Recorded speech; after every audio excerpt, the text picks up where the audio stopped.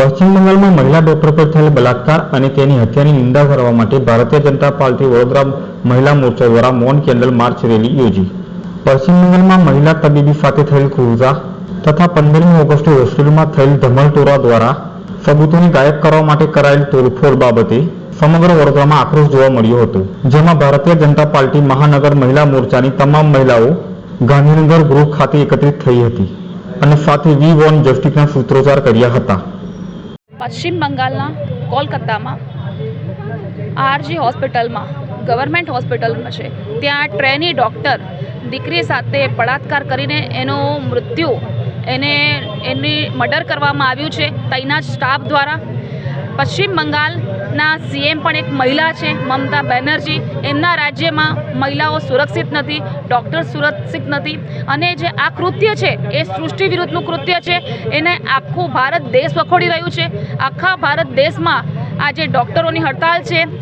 બહેનો રોડ પર નીકળી આવી છે કે આ લોકોને જે ન્યાય મળવો જોઈએ દીકરીને, વી વોન્ટ જસ્ટિસના નારા લગાવી રહ્યા છે અને આજે દેશ માટે ખૂબ દુઃખદ ઘટના બની છે અને આ જે હત્યારા છે એને ફાંસીની સજા મળવી જોઈએ એવી અમારી માંગણી છે। અને આજે વડોદરા મહાનગરપાલિકા મહિલા મોરચા દ્વારા આજે કેન્ડલ માર્ચ દ્વારા આજે એક કેન્ડલ માર્ચ કરીને અમે એક પ્રસ્થાન કરીશું અને એ દીકરીને સાચી શ્રદ્ધાંજલિ ત્યારે જ મળશે જ્યારે એના હત્યારાને સખતમાં સખત સજા મળશે, એને ફાંસીની સજા મળશે। એના માટે આજે સૌ અહીં બહેનો ઉપસ્થિત થઈ છે। પશ્ચિમ બંગાળમાં જે ડૉક્ટર છોકરી પર રેપ અને બળાત્કાર અને એની હત્યા થઈ છે, તો મહિલા મુખ્યમંત્રી થઈને મહિલાઓ પર જે અત્યાચાર થતા હોય એનું પણ જો કામ સારી રીતે મહિલા સુરક્ષા પણ ના રહેતી હોય પશ્ચિમ બંગાળમાં, તો હું તો એવું કહું છું અને અમારો સમગ્ર મહિલા મોરચો એવું જ કહે છે કે મુખ્યમંત્રી તરીકે એમને રાજીનામું આપવું જોઈએ।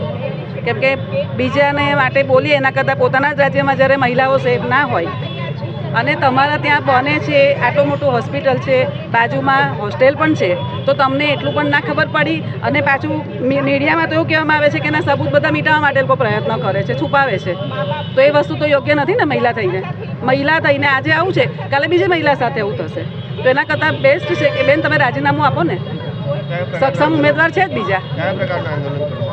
અમે મહિલા મોરચા દ્વારા આનો સખત વિરોધ નોંધાવીએ છીએ અને વિરોધ પ્રદર્શન મૌન રેલી કરી ગાંધીનગર ગૃહથી કોઠી 4 રસ્તા સુધી કેન્ડલ માર્ચ લઈને મૌન રેલી રાખવાની છે।